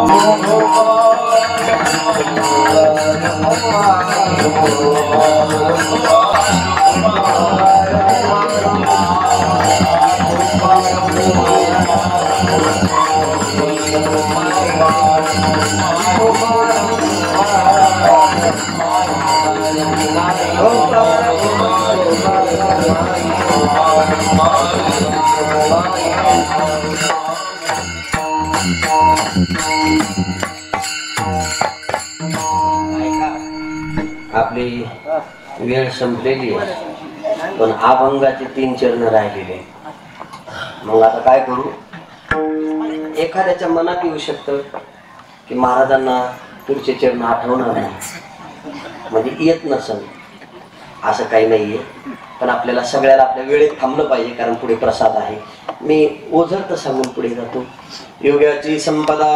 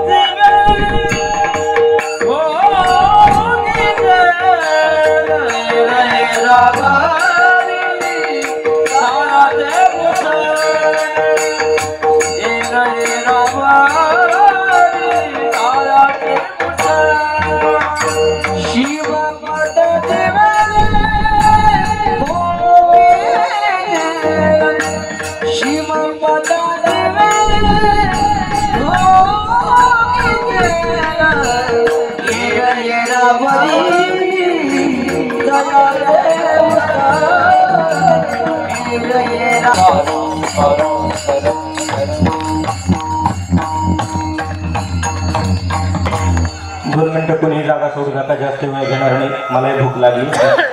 भगवान परमात्म्याच्या असीम कृपेने साधू संतांच्या कृपा आशीर्वादाने चालू असलेला आपला हा अखंड हरिनाम सप्ताह. या सप्ताहातील आजचा हा चतुर्थ दिवस आणि चतुर्थ दिवसाची ज्यांनी गोड अशी चिंतनरूपी सेवा, विद्वत्तापूर्व चिंतनरूपी सेवा आपल्यासमोर सादर केली, मांडली, आदरणीय वंदनीय हरिभक्तपरायण गोविंद महाराज गोरे. खरंच विद्वत्तापूर्ण कीर्तन झालं बरं का. मी सांगून जाईल, विद्वान वेगळा आणि ज्ञानी वेगळा. जो अवघडातलं सोपं करून सांगतो तो विद्वान आहे, पण जो सोप्यातलं अवघड सांगतो तो ज्ञानी बरं का. विद्वत्तापूर्व कीर्तन बाबांचं झालं. सर्वांनी जोरात टाळ्यांच्या गजरात बाबांचं स्वागत करायचं. गोड असं चिंतन बाबांचं या ठिकाणी झालं.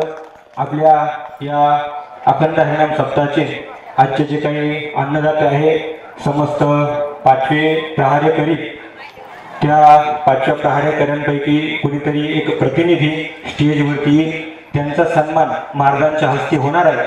आणि आज ज्यांनी संतपूजन घेतलेलं आहे श्री ज्ञानेश्वर वामनराव पागेरे, त्यांना विनंती करतो की त्यांनी स्टेजवरती यायचे आणि महाराजांचा सन्मान करायचा आहे. श्री ज्ञानेश्वर वामनराव पागेरे तसेच समस्त 5वे प्रहारेकरी, त्यांच्या वतीने कुणीतरी एक जणांनी यायचं आहे. या कुणीतरी या या या या या या या कुणीतरी या. प्रहारेकऱ्यांचा महाराजांच्या वतीने या ठिकाणी छोटासा सन्मान होतोय, तोही आजच्या अन्नदात्याने स्वीकारावा ही विनंती. महाराजांचा या ठिकाणी सन्मान होतोय. आणि संसार प्रेमाने. आजपासून बदल काय करायचा? परमार्थ प्रेमाने आणि संसार नेमाने. तर नाही अजून कळलं? अजून सोपं करू का? अजून सोपं करू. घरात वागताना नेमाने वागलं पाहिजे का प्रेमाने वागलं पाहिजे? नेमाने. घरात नेमाने वागायचं. मी एसपी आहे घरात, एसपी ऑफिस मध्ये झाला, घरात काय तो बाप आहे, भाऊ आहे. चला आता बोला, घरात कसं वागायचं? प्रेमाने वागायचे. आणि रस्त्याने चालताना नियमाने चालायचे, नाहीतर रस्त्याने प्रेमानं असं काय चालायचं?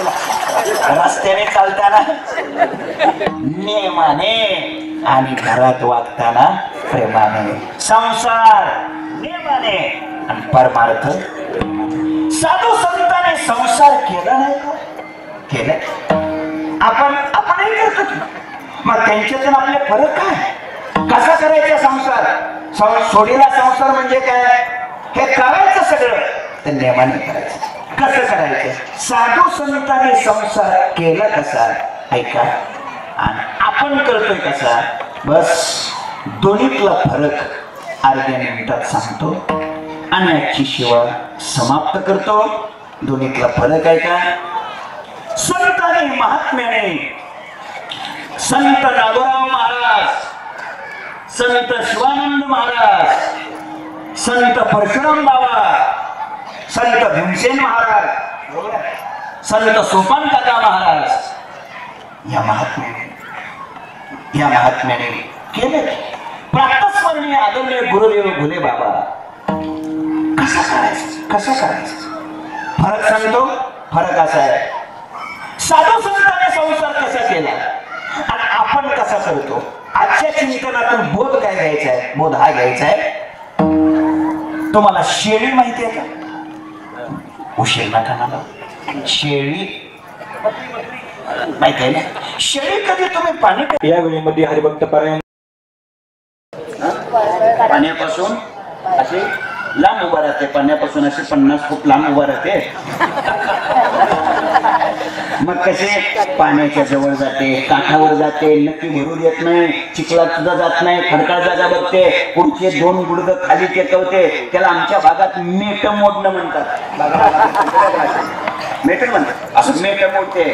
2025 कॅलेंडर आणि 2025 ची रोज निशी आपल्याकडे आलेले आहे. ज्यांना पाहिजे असेल त्यांनी स्टेजवरती यायचं आणि घेऊन जायचं. याची किंमत आहे, रोज निशीची किंमत आहे 20 रुपये आणि कॅलेंडरची किंमत आहे 30 रुपये. ज्यांना हवी असेल त्यांनी घेऊन जायचंय. आजच्या कीर्तनासाठी मृदंग साथ ज्यांनी दिली, समाधान महाराज, साई महाराज, सर्व टाळकरी वर्ग. माहिती आहे, म्हैस कधी पाणी पिताना बघितली का तुम्ही? नाही बघितली. कशी पाणी पिते? अशी बसा बसा बसा पाण्यात शिरते, पुढून पाणी पिते, मागून पाणी सोडून पाण्याचा खराबा, अंगाचा सत्यानाश, पाठीमागून येऊन पाणी पिणाऱ्याची बोंबाबोंब. कोणाचं सांगतो मी हे? काय कमाल आहे म्हशीचं. आता म्हशीचं सांगायला आलो मी. आपला संसार करणं म्हणजे म्हशीनं पाणी प्यायल्यासारखं आहे आणि साधू संतांचा संसार करणं म्हणजे शेळीनं पाणी पिलं. आजच्या कीर्तनातलं काहीच ध्यानात राहिलं नसलं तर कमीत कमी घरी जाताना एवढं तरी ध्यानात ठेवा आणि आजपासून म्हशी सारखं सोडून द्या आणि शेळी सारखं चालू करा. ज्ञानेश्वर माऊली महाराज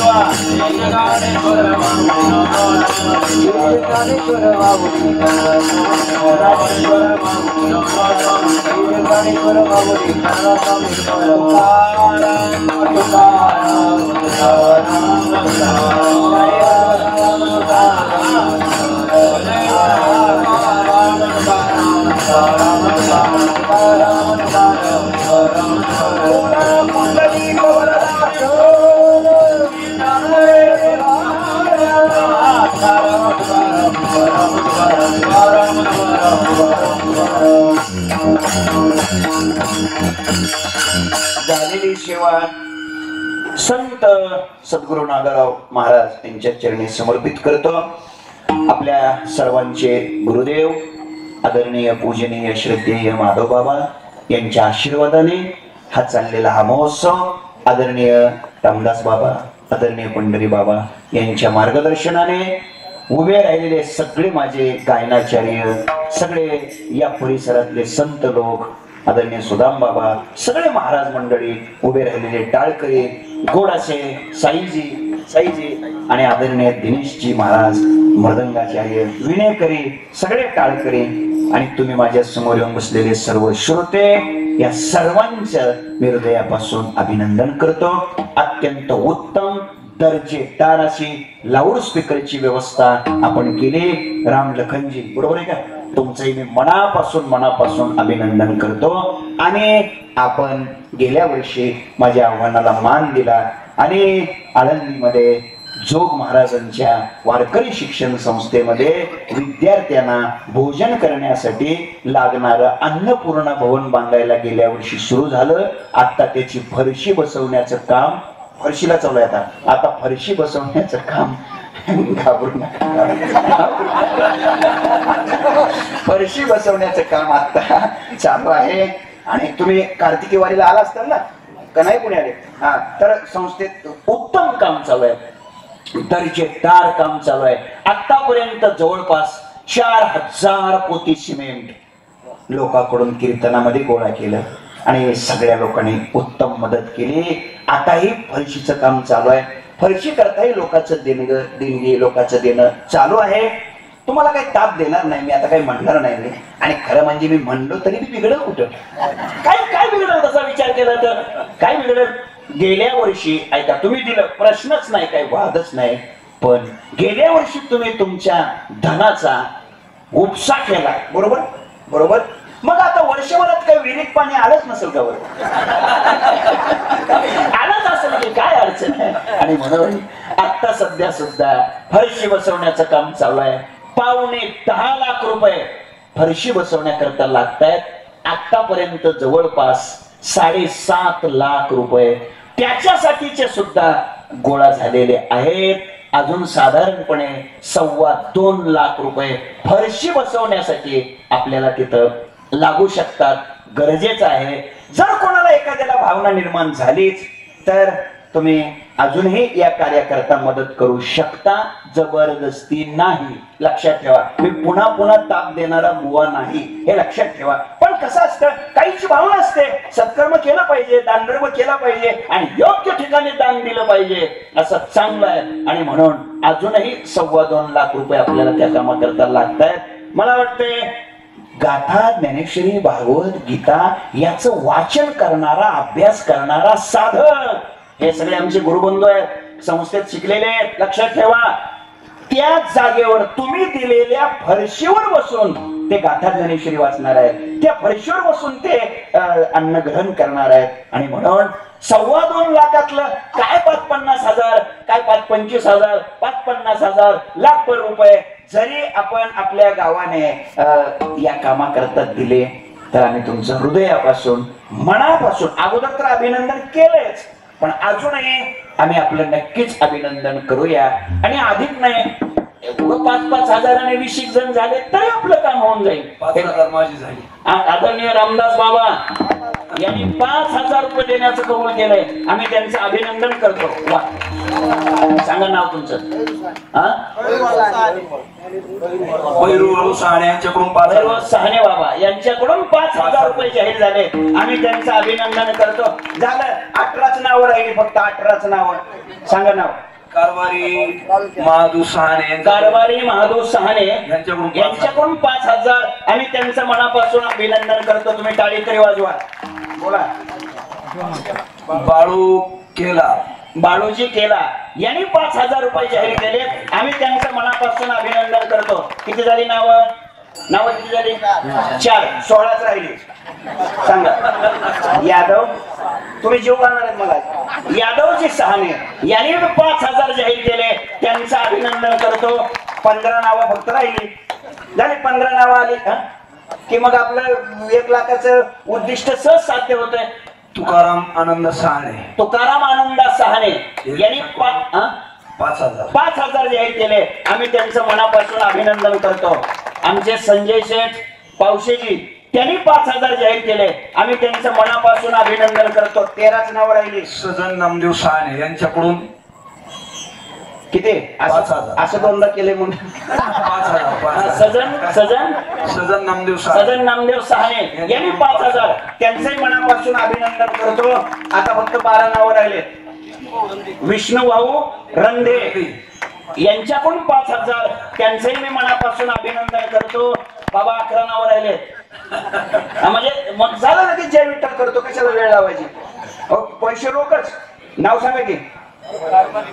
कारभारी महादू साहणे यांनी 5,000 रुपये आता इथे रोख दिलेले आहेत. मी त्यांचं मनापासून अभिनंदन करतो. आणि ऐका, एक 8 दिवसात 15 दिवसात आपण हे गोळा केले तरी चालतंय. लाडक्या बहिणींना माझी विनंती आहे, लाडक्या बहिणींना. दशरथ नामदेव आवारी 5,000 रुपये जाहीर झाले. त्यांचंही अभिनंदन करतो. नावं किती झाली? 9च राहिली. 9 राहिली ना? 9 राहिलेत नावं फक्त. लाडक्या बहिणीतून मी येऊ द्या. आणि एवढा उद्दिष्ट पूर्ण करा उद्यापर्यंत, परवापर्यंत, तेरवापर्यंत. आणि अजून तुम्ही सगळेजण मिळून संस्थेत या. अरे सांग. सोपानराव दत्तो टोपे यांनी 5,000 रुपये जाहीर केले. त्यांचंही मी मनापासून अभिनंदन करतो. आता किती नाव राहिली? 8च नाव राहिलेले. 8 जणांचे फटफट आले की जय विठ्ठल करायला मोकळं झालं. त्र्यंबकराव पोपट शिंदे यांनी 5,000 जाहीर केले. त्यांचंही मी मनापासून अभिनंदन करतो. 7 नाव राहिले. हा सांगा. म्हणजे झाले की लगेच 7 नाव आले की या चांगल्या कामासाठी योग्य ठिकाण आहे, सत्कर्म आहे. आणि वारकरी शिक्षण संस्थेत महाराष्ट्राला, संप्रदायाला दिशा देण्याचं काम ही संस्था करते. म्हणून कोण राहिले काही या कामाकरता आपण आता ज्यांनी नावं दिलेले त्यांनी कीर्तन झाल्यानंतर आपलं पूर्ण नाव, मोबाईल नंबर व्यवस्थित द्या. आणि कुंडलिक बापू सहाणे त्यांनी 5,000 जाहीर केले. त्यांचं अभिनंदन करतो. किती नाव आता राहिले? 6 नाव राहिले. बघा 6 जणांचे 30,000 मला द्यायची पाळी आणू नका. हा म्हणजे आपलं 1 लाख झालं की झालं काम आपलं. तेवढ्यात फरशीला तुमचा टेका लागला. तुम्हीच तिथं घेऊन यायची तुमच्याच हातानं. जसं तुम्ही आलते ना जोग महाराजाच्या उत्सवात. बोला. गणपत यशवंत सहाणे यांनी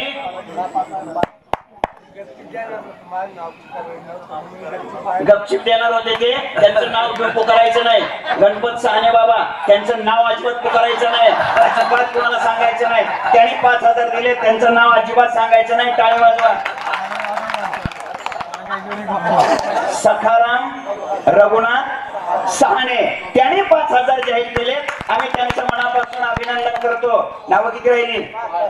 5 राहिले. आता 4 राहिले असतील. बघा 4च नावं राहिले. लवकर मोबाईल वरचे सांगा तिकडून फोन करू पटपटा.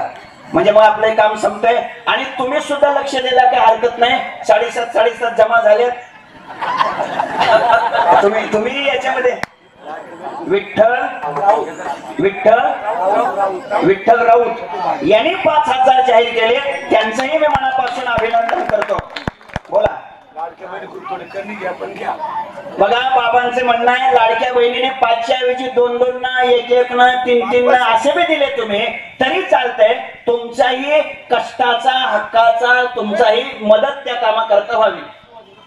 शिवाजी नथू सहाणे त्यांनी 5,000 जाहीर केले. त्यांचं मनापासून अभिनंदन करतो. आता फक्त 2 नावं राहिलेत आमच्यासाठी. दत्तू नामदेव पावशे यांनी 5,000 जाहीर केले. त्यांचं मनापासून अभिनंदन करतो. आता 1 नाव राहिले फक्त. बघा लवकर. तेवढे 1 नाव तेवढं झाले की झालं. मग जय विठ्ठल करतो. काय ऐका मावशी काय म्हणते बघा. संतोष बाबूराव सहाणे, मंदाबाई तुकाराम सहाणे यांच्याकडून 5,000. ऐका संतोष बाबूराव सहाणे यांनी 5,000 जाहीर केले. त्यांचं अभिनंदन. आता पुरुषांनी कोठा पूर्ण केला. आता ते शिरले. आता त्यांनी सुरू केलंय. सांगा तुमचं मावशी नाव काय म्हणले? मंदाबाई तुकाराम सहाणे यांनी मावशीने 5,000 जाहीर केले. आम्ही त्यांचं मनापासून अभिनंदन करतो. शकुंतलाबाई कोकणे, राजाराम कोकणे यांच्याकडून 1,000 रुपये. त्यांचंही आम्ही मनापासून अभिनंदन करतो. आता काय करा.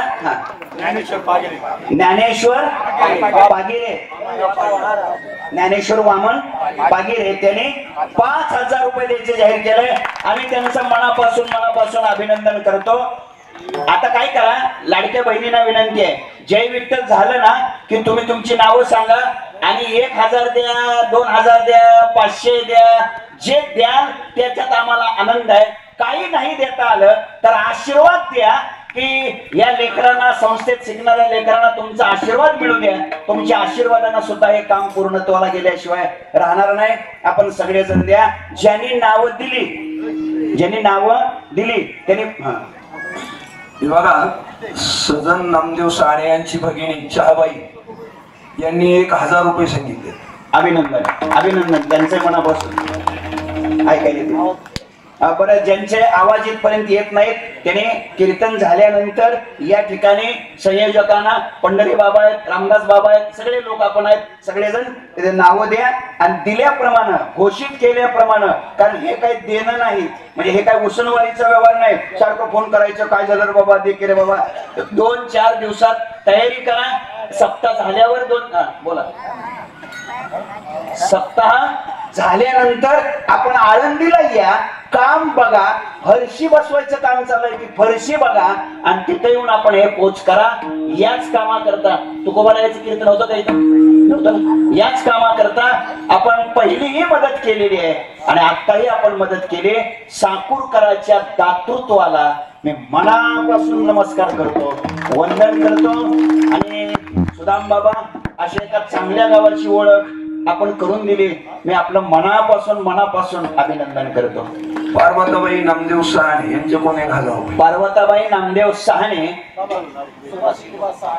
सुभाष विठोबा सहाणे, त्यांनी 5,000 रुपये जाहीर केले. आम्ही त्यांचंही मनापासून अभिनंदन करतो. आणि ज्यांना द्यायचं त्यांनी द्या. तुमची थोडी वेळ मी अधिक घेतली त्याबद्दल आपली क्षमा याचना करतो. आणि एक वाक्य देतून थांबतो, जीवनात असं जगा देवाने आपल्यावर प्रेम करावं, याच्या लायकीचं आपण बनावं, एवढीच भावना या प्रसंगी व्यक्त करतो. आणि आजच्या चिंतन सेवेला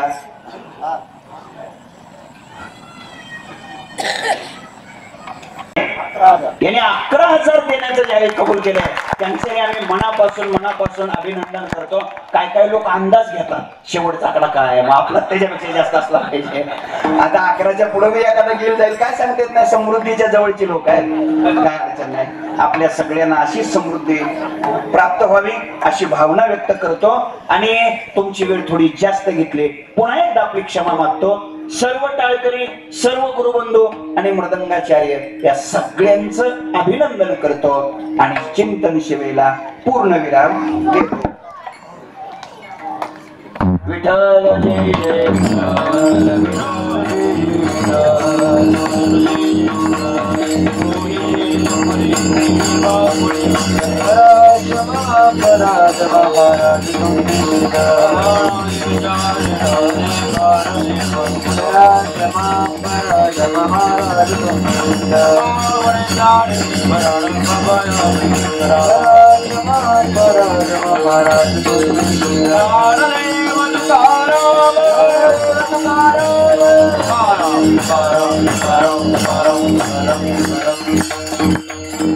हे बघा.